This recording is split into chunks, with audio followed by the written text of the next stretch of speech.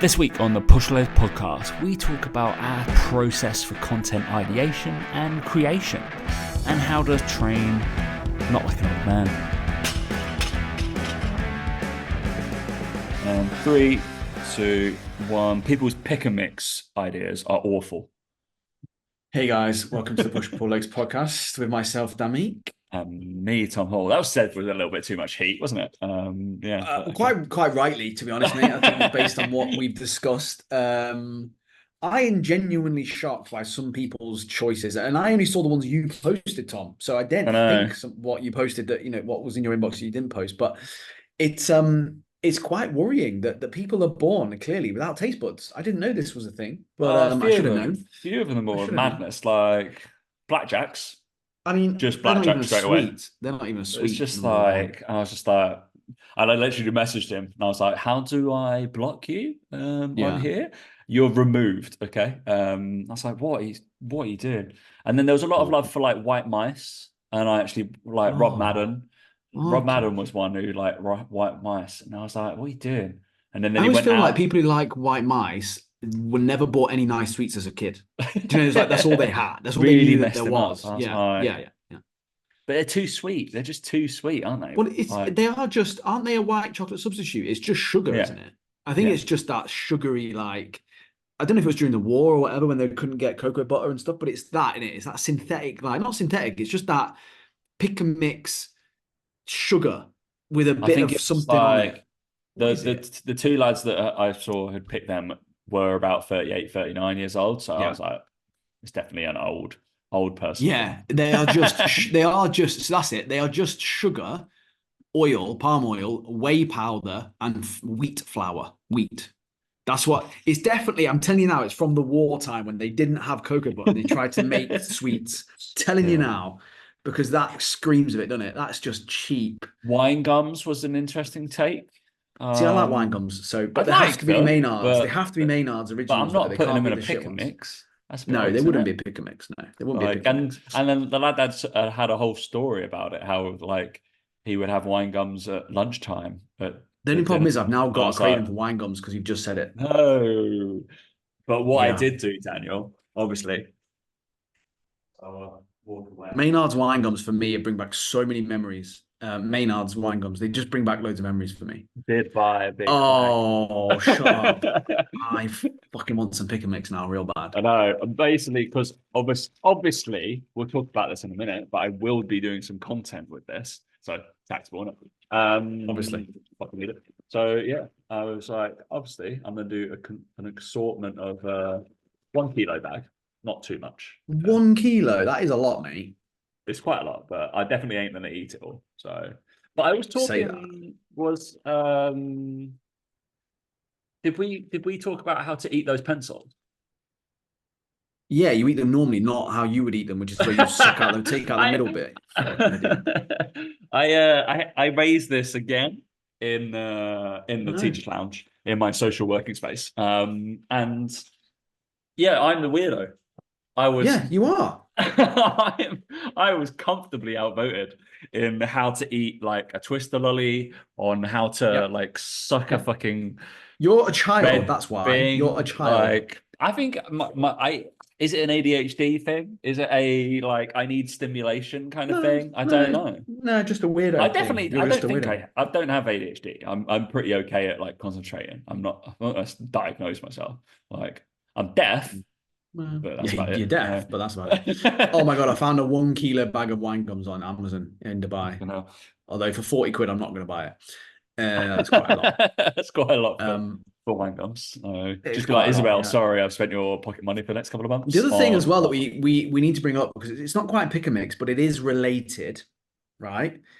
You have one of 3 options, Tom, when it comes to, in my opinion, like these are the only 3 that matter in terms of Haribo. The rest of them don't really. They have these things, but they don't really matter. Yeah. Star Mix, Super Mix, or Tang Fastix. Those are all the correct choices. They're the main ones. Which one are you having? So I always bring some Haribo over to Daniel. You do, and you always bring Tang Fastix. That's my assumption is you're gonna go. But no, I think I just have it in my brain that you guys like that. I don't know. Because I wouldn't have that. You see? Ah, interesting. Well, I know for different. Yeah. I would always go Star Mix. Traditional. That's more Yeah, traditional. I see. I see that as somewhat traditional. See, I go super mix. Now, the only super thing I don't mix. like about the super So I'm mix getting is this that they up have the now. milk bottles in, and that's the only thing I don't like the milk bottles. But I like luckily, the I milk think Isabel bottles. and Laura drink them, So eat them. But the super mix is the one with like the jelly babies in that are really nice and soft in the middle.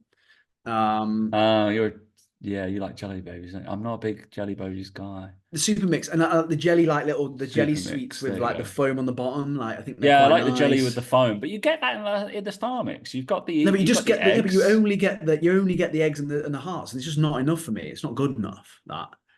So they're the ones I like the super mix. There you go. Out of the three, it would go super mix, Tang Fast Stick, Star Mix would be my three in order. Really? Oh Yeah, no, Star Mix would be number one to because me. Star Mix are just gold bears and too many fried eggs, and they're just too foamy.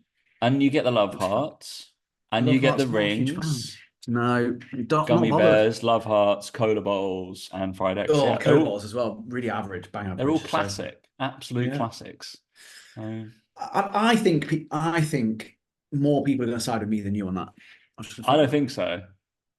Just going to throw it out there. Just throwing it out there to people, and I don't they'll think as message me and well. they'll say, "Yeah, Dan, you are right. You are the best." I'll go, "Yeah, thank you." So yeah, Yeah, I doubt it. If you got to this, pause, message us, and message us both. It's fine. yeah, Um, I'll be no, right. It's nearly fine. all my clients listen. Not my one-to-one clients. My online clients listen. There you go. Yeah, just they'll include it in their check-in. No wonder. Or actually, like one of them. That's the one thing I get from these podcasts as well, because obviously quite a few clients listen, and Hmm. Clara, whenever you're listening to this, she's in the B&B group, right? She is, So yeah. she's one of my athletes. Look at that little community. Just doesn't Look at people in that. fitness don't need to hate each other, do they? I send No. stuff to Dan, Dan sends stuff to me. It's all Yeah. good. Um, and yeah, the one thing is they'll send stuff I've said to me, but from fucking podcast that was a month ago, I have no idea. Once I've clicked record stop on this, no idea what I've said. No No, idea. I couldn't tell you. I would not be able to tell you whatsoever. And she Hmm. sent me was like I was screaming when you were talking about Tipex. Or she wrote I no, all she wrote was I used to paint my nails with Tipex. And I was like, that's a weird message. That is weird. I was like, this is weird. She was like absolutely rolling on the floor. And I was like, I have no idea what this is a reference to, but please tell me. She was like, you guys were talking about Tipex. I was like, oh yeah, we were worried about Tipex as a company because I love it when people do that, when they're listening to your podcast and they've got the context and then they yeah. message you and you're like, what are you on about? Like, I What? wasn't listening to the same bit you were listening to. And they're like, well, you said it. And it's like, yeah, it doesn't mean I remember. It was a Like, month ago that and we talked about fucking Tipex, and I was just like, I don't talk about it regularly, so I don't know. Weirdest yeah. message I've had the last week. Yeah. I used to Tipex my fingernails. Did we even say that? Did we say that on the No show? one tipex their fingernails. That's just Clara that does that. Like, no one said that on the podcast. Jesus Yeah. Christ. Yeah, but I remember people doing it. I think people in my school did that. They were swiftly moved into a special needs room, but yeah. Yeah, they were left They were well left. They alone. ended up sniffing it for most of the time, but yeah, it was fine. Yeah. They were thinking of Not greater good. things than us. So, what are we going to talk about today? We've got content creation, um, and I think this lays into. We'll talk about it vaguely. I'm going to briefly. I don't know whether we'll get onto it. I don't know. I don't know. I'm going on a little lateral motion binge at the moment. Lateral motion. Lateral movement, training each Okay. plane, all that kind of fucking shit. Yep. So, mainly because I feel like maybe I'm just giving too much credit to myself, probably. Um, Slightly. when I bring certain things into like clients and then I start seeing other coaches, it's definitely yellow car syndrome more than anything else. And then I see like other Mm. coaches around the gym or maybe like putting them in. I'm like, that's cool. Yeah, awesome. But I just put it out there. At the moment, I'm doing a lot of lateral goblet squats, butt to bench, that kind of thing. You Mm. have a little cheat on there. I had a client that said it's like greasing your hips today. I was like, that's exactly what it's like. It's like greasing those grooves. You're gonna steal that, aren't you? Maybe Dan could have done some because he hurt himself doing trap bar deadlift. So probably needs more adductor strength. We don't know. Or like, oh, you can be very sure about that, Tom. I mean, that's a very good. Yeah, I need a lot of strength going on. Yeah, it's do you know what? My knee, obviously I've torn my meniscus and I'm hopefully actually I need to, that's a good reminder. I need to send an email to the surgeon. I'm getting surgery on that in start of July. But I found that my desire to train has gone down massively. Pray for Dan. Yeah, pray for me, Everybody. yeah. My desire to train went down a lot when I realized I had this little injury and I couldn't really squat. And I realized how much of my training I enjoy doing like athletic movements where I'm squatting and moving around. And it was today I was like, oh, I'm going to go in and do some trap bar deadlifts. And again, I've not done that much. I played golf and things, but that's nothing.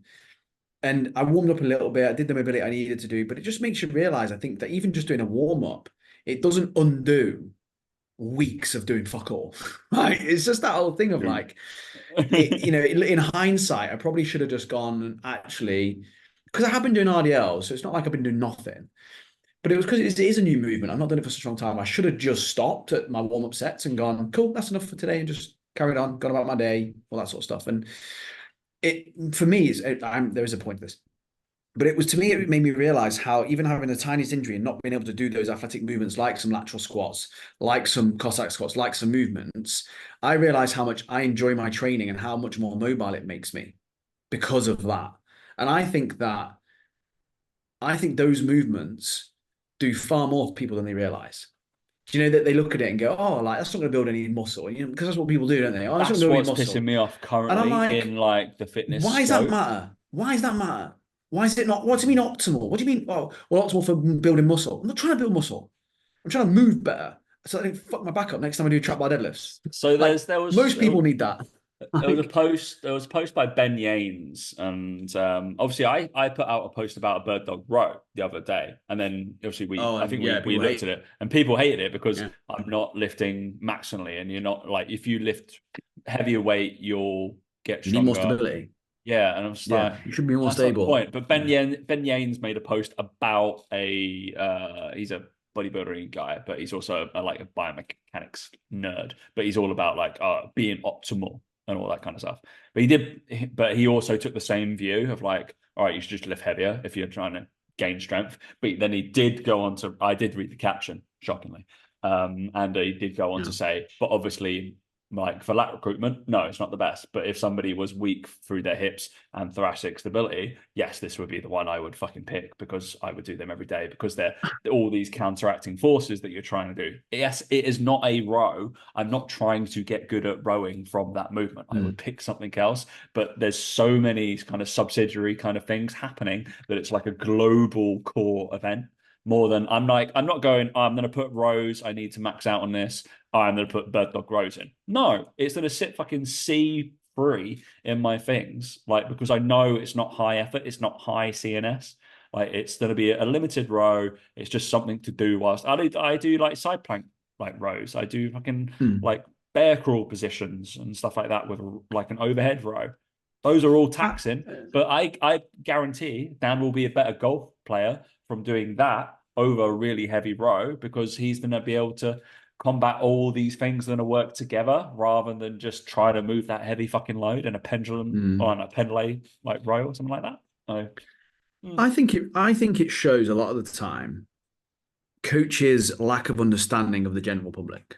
I genuinely do think that those sorts of comments just highlight the fact that these people are just so used to training people who are so strong, who are so capable. Yeah. And I just think it shows a real lack of understanding of what the general population as a whole need and what they want out of training long term. Because I would put myself in this category now of like, I'm not trying to hit PBs anymore. I couldn't give a fuck. I genuinely don't care. I've been there. I've done that. I've wanted to try and gain as much muscle as possible. I've done all that. So I've done it. I now want to train so that I don't ever get injured again. Like the feeling I've got today, I don't like it. I'm old now. I feel old.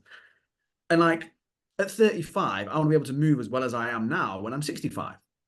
That's my goal now. Like as morbid as that sounds, it's like I see those 65-year-olds, 70-year-olds, and I'm like, I want to be able to do what I do now. I want to be able to do a 5K if I want to do one. I want to be able to lift shit off the floor. I don't want to have a Zimmer frame when I'm fucking older. That's my goal, right? And it's just when you train most of the Gen Pop and they're 45 and they're 50 and they've not really trained very well, they're not really trained like to any great degree. They don't want to maximally lift the row. They don't want to PB and recruit every single muscle fiber in their back. They want to be able to recruit as much of their body as possible so that they can remain stable, so they can do these things. If they find themselves in a situation where they do need to be unbalanced and unstable and need to move themselves or grab something or do something, I just think it shows a real lack of understanding of a client's needs, because coaches are so one-dimensional and narrow-minded in who they work with that to them they go, well, my clients don't need that, so therefore you don't need to do it. So therefore it's a waste of time you post it on the internet. It's like, no, like look at it and go, my bodybuilding clients, they want to get strong as fuck, you want to do all this stuff, that's unnecessary. But I don't need to comment on it saying that Tom's an idiot because his clients need to train this way. It's just that whole, like, to me, it shows a very narrow-minded view, and it shows a very, very like poor view of the world and understanding of what a lot of other people need from training, want from training, and how they should be trained. And I think we're creating too many one-dimensional coaches, which is fine if they work with a certain type of niche. But what I mean by that is that they're then going out on the internet and telling people, everyone else, that they're wrong. Well, no, don't go shouting about how wrong other people are and comment on their posts. Just leave them to it. Just focus on your own stuff and you'll be sound. Yeah, I just find it odd. Like, I've got nothing against that sort of guy making content to his audience, saying, yeah, he was making content unstable when you row because it's a fucking waste of time. You want to be as strong as possible. Cool. But don't go on someone else's post like they went on yours and go, you're wrong when you're not wrong. I can't even remember what my post was about, but yeah, it definitely wasn't about like this is for strength. It was basically like, I'm not going to waste my client's time. I'm going to superset shit. And I'm going to put this on the end of this sort of thing because it makes sense to, because I'm not too taxing. It's going to do this as an extra thing. Why would I waste a client's time when he's paying for 1 hour of my time? Why would I waste his time resting doing fuck all? That was from what I get, the gist of it. That's the big bone of contention of a lot of my like fucking, like, when I go back and forth online, I'm just like, yeah, that person's paying. I'm not cheap, and I'm going to get them as much kind of stimulus as I possibly can to go away with. And I was like, I think most people should want to do that because I've got a limited amount of time. If I've only got 45 minutes, shock. No, rest 5 minutes, Tom, between sets, 5 minutes. Like, it's just not. Tell me you've never trained someone without training. Yeah, tell me you never trained someone without telling me. Like, is that? Like, most of my sessions are like 75 to 90 minutes. Well, most people don't have that fucking time because they'd rather be watching Netflix. So would I. And I tell you what, I would not want to train for 9 minutes. So you can go. No, I'm like, fuck me. Like, yeah. And I would encourage all coaches, and obviously we're going to get into content creation and sex. I think it's kind of nice little segue, but remembering that when it comes to creating your content, just remember that other people aren't going to like it, and it is for your niche, and it is for your audience, and it's for who you're trying to help. Like, please never be put off when people are saying this sort of stuff, or they post their own content like that, or they post content that disagrees with you. They're allowed to. My bone of contention is when people go on other people's posts and write those comments, and it just shows me that you just don't get it. And like, I know a few people that within the members group, for example, and some of Mike's clients in particular, have had people pile into their videos because they posted a video being like, you can't grow your chest, stop doing chest flies like this and doing like this. And all the comments like, well, why don't you do it yourself? Why don't you grow some chest? I'm not listening to you, you haven't got any muscle. And it's like, fuck it now. Like, just piling all these meatheads geared up to their eyeballs, powerlifters, bench 4 plates aside. And it's like, it's not for you. Like, this video is not for you. Like, but this angry little man syndrome comes in, and you just have to remember there are fucking idiots out there who'll do that and they'll post that, and you just have to keep going regardless. Like Tom's going to do, he's not going to stop posting now because that fucking. I always get, because I'll talk about, because I make people in relative terms squat, bench, dead, 100%. Those are obviously, these are global things, but I base my movements around 12 movements, not 3. And then we have all those little things that like, oh, what's Tom doing there? Oh, yeah. But I still, those 12 big movements, I just want progressive overload. I'm doing most of them pretty well, but they're just 12 key movement patterns. I think people just don't realize that like, that still happens in all of my training. I post it like on my fucking stories of people just like, oh yeah, he's still doing an RDL into or a trap bar deadlift into something else, into like an alternate press instead. They're like, oh, why are you doing that? That's not beneficial for muscle build. No, but the lad's fucking 56 CEO, and guess what? He doesn't want grumpy shoulders. Cool. He's gonna get way more like recruitment, core and stability, so he can run around and play cricket with fucking kids. Oh, but he's clearly wants no. I need him to be able to bowl tomorrow more than like not get a really fucking sore chest. That's the real, because you're not asking those questions of like, why the fuck are you doing that with that person?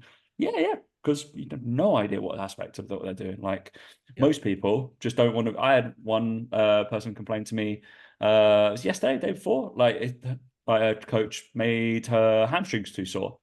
She's in the middle of triathlon training. Wasn't me, by the way. And I was like, well, they shouldn't have done a load of hamstring work if they know that you've got to run and cycle about 4 or 5 times the rest of the week. Guess what? Like Dan said, the biggest thing about that session should just be injury prevention and moving through lots of different ranges, and that's it. Probably under like I've noticed it, and I've probably changed my view on since I've doing like lots of triathlon training. I'm training in the gym once a week, and it is so global and basic, but just wrapped in with like slight intricacies of like adductor work or like shin, like lots of extensive plyometrics. My email out today is talk about extensive plyometrics. Reason why all my athletes PR. Never mind. But yeah, people don't know what it is. But yeah, all those kind of little things. But it's so boring. I do a leg press literally every week now because I'm like, it's safe. I know I'm not going to get injured. I do an RDL or a split squat. I actually do a weird variation of a split squat, more running based with a like floating heel. But then my upper body, I literally dumbbell bench press and pull up. That's it. Don't bother doing anything else. I'm like, what's the fucking point? Like, there's no point. Like, I'm not going to do. I always get annoyed when people do like, I don't know, they argue about the incline of a bench when they're pressing. I'm like, fuck, just push that way. I know, doesn't matter. Literally, and isn't it funny how as you get older, you do just go, just fucking push the weight up, like who gives a fuck? Like it is a bit mad when they argue about the optimal position of the sternum and like the fucking, what angle it should be at, and if you're actually in, is it actually 15 degrees if you pull your chest up and oh for fuck's sake, like, seriously, don't care, just like move it. And the most normal people don't care either, and I think this is the problem with coaches. They try and be too optimal, they try and be too specific, and it's not getting across the point where it's just like just move. Just move well, right? Some sort of load, like vary it based on how you're feeling that day. If you're not feeling great, just go a little bit lighter. Still push yourself. Still go to sort of like failure with your kind of reps rather than trying to go to failure with the biggest weight you can.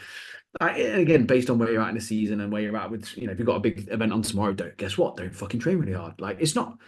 I just think it's not rocket science a lot of the time, and it's just it just baffles me that with the content stuff, people are trying to make it out to be so much more confusing than it really is. But anyway, lateral motion, really good. I miss it. I genuinely miss it. I miss that shit. Like, I'm really trying to like when I get back to when my knee gets better because I'm basically having surgery.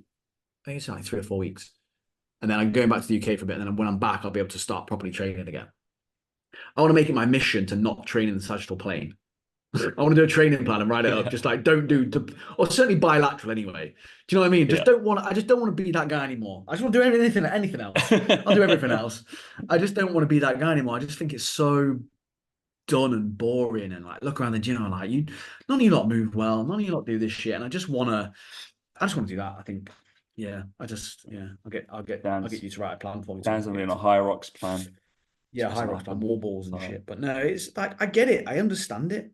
I understand the reason why. I understand why people want to do it, and yeah, it's just funny seeing the evolution. I think within it and realizing it. But anyway. All right, should we talk content creation? Because I think you I don't know, it was a bugbear, but it's always an interesting thing from Dan's changed his content a little bit. I noticed there's a lot more close-ups of his head. There's a lot more talking head. I genuinely think I actually just put the camera too close to my face. I didn't do that intentionally. I always think it's intentional because I always notice it. And it's like, oh, there he is. But then there's probably we ebb and flow over. I probably do what I did yesterday every 4 to 6 months now. And since I guess I've taken my content or like stuff a little bit more seriously over maybe the last year, and it's gotten a bit better. But it's definitely a process of like in terms of content creation. I think people should do. I'm assuming Dan does a similar thing. So should I talk about what I did yesterday? Yeah. In terms of what, because I was really confused when I was looking at obviously I've got my cool pads that I use. It's the source of everything, and I have my laptop. So obviously I had my day yesterday for when I had 4 programs to write that I had to go through, which is always very interesting. Then I had to write my emails for the week.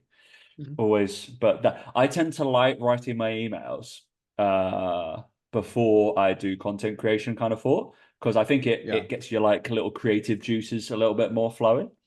And then I was doing some content scripting and content kind of direction. So what I do is I need to know what phase of my business is in for the next kind of 3 months. So you'll probably realize, Dan knows this, the combine, by the way, waitlist will coming out very soon. Obviously starts again very soon. So I'm going to be talking a lot more about that and what's been happening. Hence why I'm talking about what's happening in their phasing. Okay. So a lot of my like stuff will go towards that. But in terms of, I split it up into a Monday, Tuesday, Wednesday, Thursday, Friday, and then weekend stuff of what I'm going to post. But then I give it subcategories. So I say so on Monday, my story. So it's going to be all about me, basically. A little bit more socially, I don't know, viable at the moment. It feels like there's a lot of this kind of crap going around. I don't know, it might be on my feed, but a little bit more storytelling about what my training is involved. Then Tuesdays, I will talk about social proofing. So it will generally be probably my clients online, what they're doing, mainly videos, stuff like that. Then the next day is going to be like simple, but I would use something like a 2-step post. So they'll be relating for the next day. I want you to hang around for a carousel to save or something like that. And then some sort of explaining kind of entertainment, personality based piece. And then Saturday tends to be something. To be honest, I tend to not do much over Saturday, Sundays, but I will bash something up there if needed, especially in a launch. But probably the more interesting thing for people who are like, okay, that's cool. You've got an educational piece or educational personality or kind of trying to be value by funny or takeaways or savable or stuff like that. And that will be the direction of post. But then for the creation, I write down those subcategories. So my training and then exercise statements and then funny explain. Then I go and write 3 creators for each of those, what I think who do it well. And then I look at their stuff and then write notes about how I would like to implement my personality on their stuff that I like. So for my training, I realize you don't like him, but Tom Trotter. But there's another guy who's doing triathlons who I think I'm going to reach out to called Toby Simmons. And I really like the way he delivers. So I've got his name, and I will continue like saving and looking at their work whilst I content create. I'm not ripping them off. I'm taking ideas that they're fucking doing. And it's just like how they're doing angles, how they're like relaying stuff, how the information's being come through. So that's on like story-based stuff. Then I have a couple of like angry S&C coaches or simple kind of movement things that I can't remember what one of them is, JP Performance. And then there's another guy that I've always got saved on my things just to look at what he's doing. It's very simple. You can see a lot of my stuff is like that. Yeah, and I've actually fun explained. So there was a piece I did the other week with my Le Creuset stuff, which was very one of your clients on Steve Craft, right? Was very similar to how that was kind of set out, because I was like, oh, let's see if I can use his way of doing something, but apply it to my audience or apply it to my kind of stuff. And I think he's very good at explaining educationally, but with like a little bit of humor and just his personality. So that's an interesting thing. So I think that is worth probably more than anybody realizes. And I get my guys to do it. It's like, go find things that you like watching. What you just described is for me, like, I don't want to say it as in like this could come across as if like a bit derogatory almost. It doesn't mean it that way at all. But like if you're an online coach, that's like the bare minimum you should be doing. Yeah. And what I mean by that is like you're busy, you're in-person PT, you're doing online coaching on the side, you're doing this bits and bobs, right? I It's always like, get like a little bit like, oh shit, I'm not really putting into it. right, Bearing in yeah, mind, I do about 20 hours of one-to-one coaching a week. like, and this is the thing that frustrates the hell out of me Mm. with online coaches is that if you want to be fully online, you should be doing double what Tom's doing right there. Tom's doing online part-time. Tom does 20 hours a week in person, right? And like the thing that really gets me is that anything you do online, content creation is fundamental. Not like can do it if you fancy it, like do it by the end of the day, come up with some random ideas. No. Fundamental. Like Tom has just given you access there to something that I would do instantly. It's stuff that I do naturally, right? But if you're struggling with this, that framework that you've just described there is absolutely spot on. And the reason that I say that is because you've picked out those creators that you like to watch, that you engage with their stuff. And I say this to coaches all the time, and I go, why? Why do you like it? Why you engage with it? And then I go, right, now look at that piece of content you like and you're engaged with and put it next to yours. What do you think you need to do to make yours better? Well, I don't do this, I don't do that. Right. There you go. Learn from it. You don't copy, but you learn from the fact that you enjoy it. Why do you enjoy it? Because when you start making content that you enjoy watching yourself and you enjoy making it, guess what? It's far easier, far more consistent, and you'll get the right type of people in through the door. And so many coaches worry about what to post. And I'm sitting there and I'm like, you have got the best resource in the world in front of you the whole time. What do you fucking watch on Instagram? What do you like to see? What is going well right now? Like you just said there about like stories and like your own personal views going well. Lean into that. Why do you like watching that stuff? What is it about it that makes you keep watching? What like, and then I get a coach and they go, oh yeah, you know, I just thought I'd do another one of these style videos. Brilliant. Right. What? Same as everyone else. What? With text over the top of it and like trying to reach one. Like, do you like watching that? Not really. Why are you doing it then? Why? And that's always my thing is like, why are you not doing it? And then I say, like you said there about my talking heads, I enjoy the talking heads. I enjoy a rant. I enjoy being a little bit passionate and emotional and calling people out on those types of videos. I enjoy it.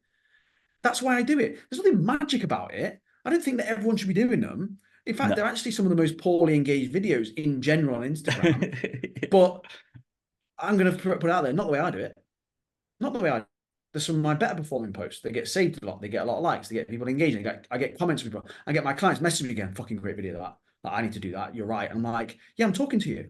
Like, because I know my niche, right? And like Tom said about the creators that you follow, I do the same thing. I look at a creator and I look at his stuff and I'm like, I fucking love these videos. Why do I love these videos so much? And I sit why do I watch that? Why do I watch? I sit there exactly and will watch the whole thing. And I'm like, and I sit there though and I study it and I go, why? Why am I watching this? And it always comes back down to it's an engaging like start. It's usually full of personality. It's usually shot pretty well, like in terms of how it looks, usually aesthetically pleasing somewhat. There's usually some sort of captions that makes me start reading, but then there's music in the background so that when I turn it on, it's actually like engaging because I want to listen to it. It's engaging me with the caption as a generality, right? But then there's also some that I watch that are really good that are like from comedians that are just raw, are just obviously a selfie video, them having fun, maybe a green screen. I'm like, okay, cool. Maybe I need to try experiment some of that. Not enough coaches are going, what do I like? What do I enjoy watching? Why don't I make more of that? And that's the question that I would say to all coaches about content creation to ask yourself, is that I sit here and I'm fortunate enough to have done this for years and years and years. So that when I sit here and go, right, I've got 4 fucking topics that I want to rant about, I go and turn the camera on and I rant about all 4 topics in one go and with the camera on, with the light in the background. Now, you've seen 2 of the ones I've posted so far. I didn't put them all out in 1 week. No. What? I edit them and I sprinkle them out because guess what? 4 videos in a row of that gets a bit boring and me just ranting and raving and being a fucking knob. But I sprinkle it in with other stuff.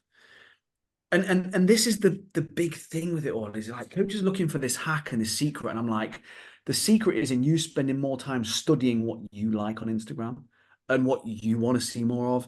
And like you said, there's all about you follow some creators that you maybe don't like as well. And I think you mean more so maybe from the message point and from that point of view. And I agree as well with that. Is like you need to follow other people that you actively don't think are saying the right things so that you've got something to talk against. So that you go, fucking send this online. This is stupid if you're in this niche. Like we do it. We do it all the time. Yeah. And it's like, learn from that. Learn from what it is you like and you enjoy it, and see that if we just posted for there's some people who post the same video over and over and over again and they go viral and it goes really well, and it's like you'll see them adapt and change, but after a while it stops working. You Yeah, know what I mean? which I'll be brutally honest, like my kind of statement stuff is not performing as well. So hence why I do that. I'm like, I've noticed it drop off like last couple. I'm like, cool. All right, I probably need to pivot somehow, do something that kind of sparks it slightly or change how I'm doing certain things, which is absolutely fine. I'll just pivot into probably less reachable posts and more into maybe engaging or hitting my target audience. Because guess what? I want people to sign up for the combine, which is obviously an amazing product, but I will have to do it more driven home stuff. A bit like, look, it's here, fucking shiny objects. Oh, good. Oh, amazing. Good. Yeah. We're going to talk about this. So I'm And then going I to talk talked about about in the benefits from video, them. and then the video I talked about on Instagram, where I was like, people don't know what your coaching is, that they're afraid to then show like the inner workings of their program, what it looks like and how it functions and how the coaching works, because it doesn't get engagement or reach. But I'm like, well, no one's going to sign up then because they don't know what they're getting. And again, same with you, the combine, you're going to build up all this hype, and then you're going to go, this is what you get, this is how it looks, this is what it's going to look like for you, this is the sort of result you can get. Come and fucking get it now. Whereas coaches don't do that. They just make a fancy post on Instagram. Oh, no one's really coaching. Well, yes, just because all you're doing is talking about fucking protein and waving fucking a prop around. There's no substance to that. Like, it needs to be more to it. I'm not Yeah. saying that those videos are bad. I'm saying that they should be part of a bigger strategy. And as an online coach, if you do not have a content creation strategy, you are behind. Like, believe me. Look at Tom's fucking sword. I want to see how many props were There whilst you needs to rant be about this like within arm's reach. there needs to be variety, like there needs to be different, there needs to be layers to what you're doing. And so many coaches are just so like, oh, I'll post a picture and I'll put a caption on it. It's like, oh, okay, keep trying that, see how it goes. Tom's got a fucking guitar now, pretending you can't play a guitar. You can't play a guitar, save your life. No. What else can I Yeah. reach? So there you go. That's my little rant about it. Yeah. Star Wars. Anything Star Wars is good, isn't it? I got a Stormtrooper cookie jar. Maybe I'll use that in the next post. Is there any cookies in it? No, there's keys and golf balls. I mean, it's my key it's my key bowl. key and golf I'm ball not jar. key and golf, but it's only golf balls that are like, I don't know, Shit. top flights and shits and stuff like that. Top flights, yeah. Oh, there's 20 quid in there.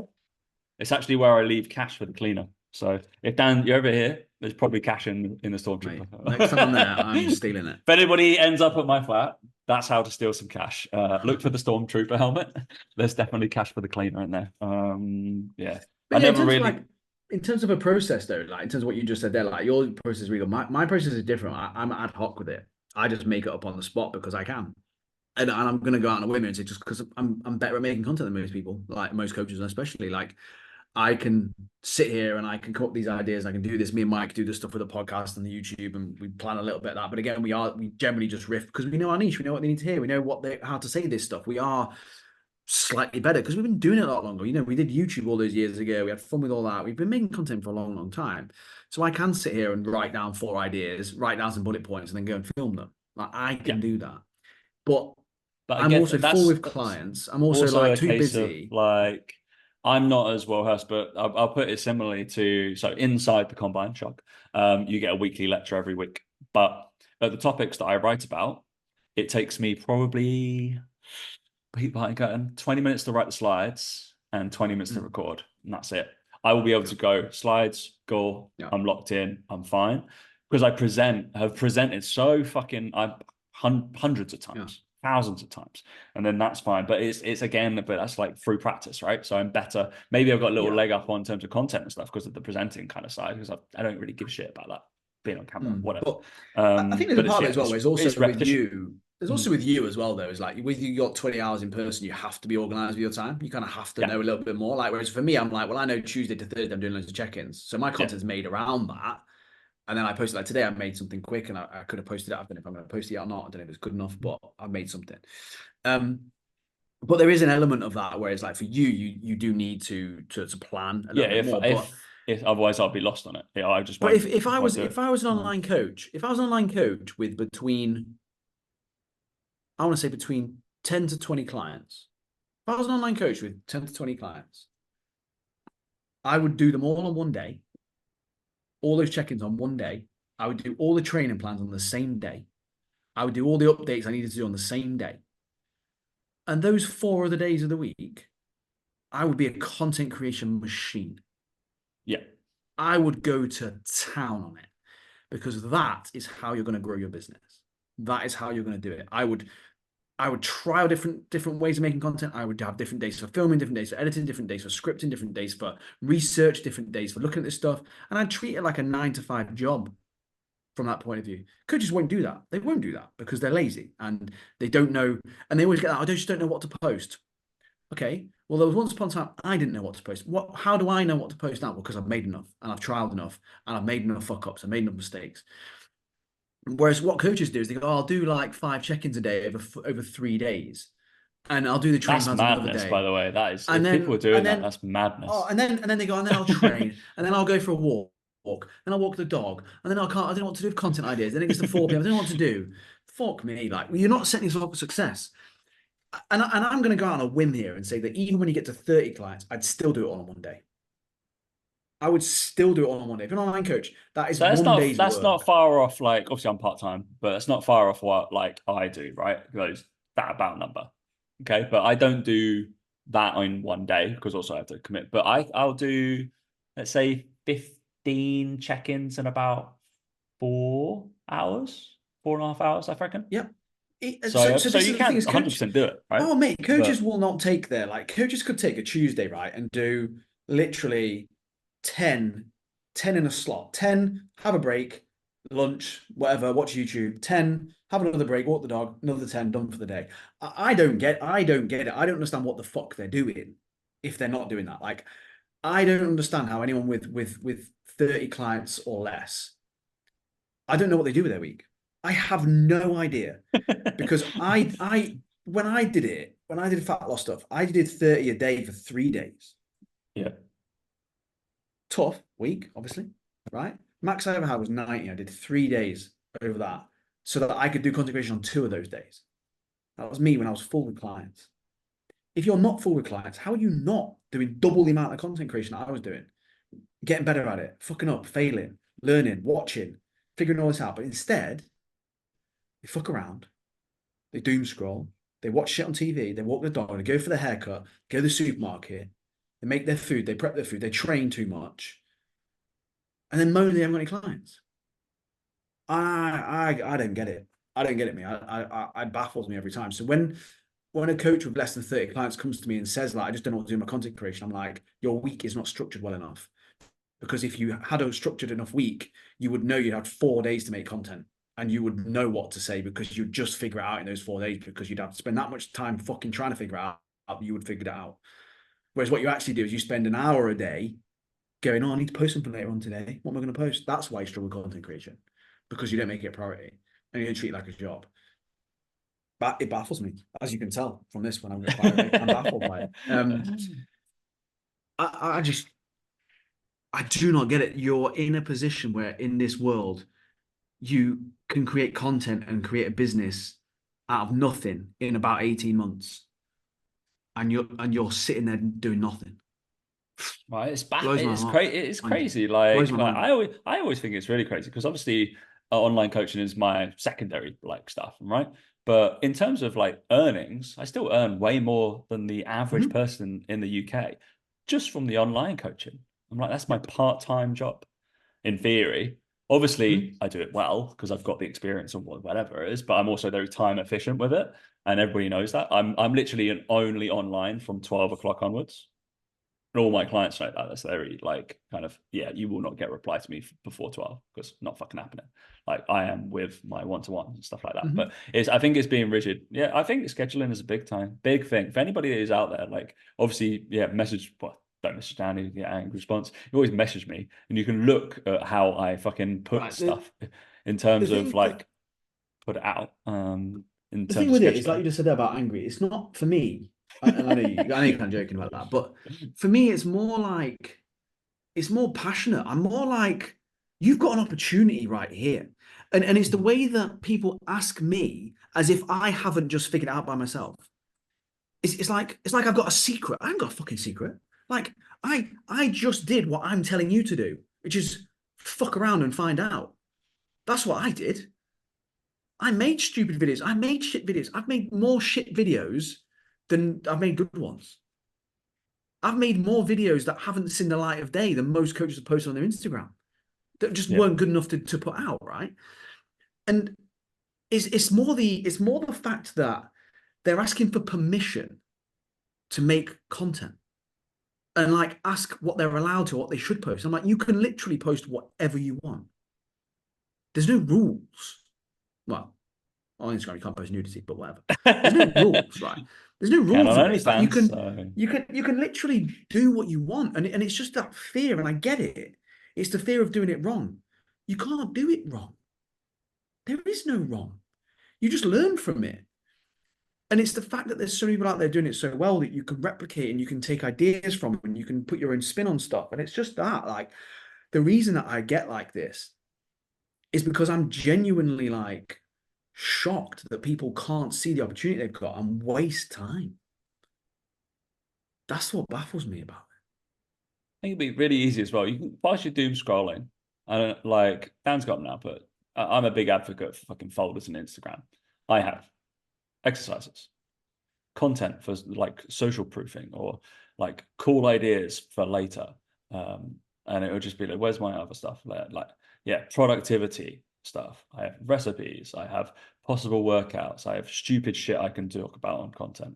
And I have a separate one for Hyrox, separate one for running, separate one for this. So just in case I'm dipping into certain things. So just in case that goes down as research. You can do that whilst you're on there, like in terms of just like organization. This one for rehab. So I kind of like, oh yeah, the rehab ideas, all that kind of stuff.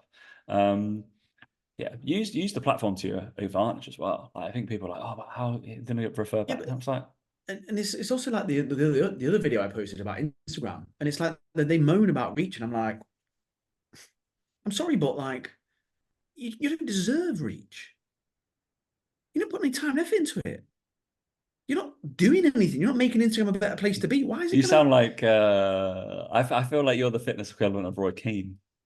Yeah, I'd say that's a compliment. I'd say that's a compliment.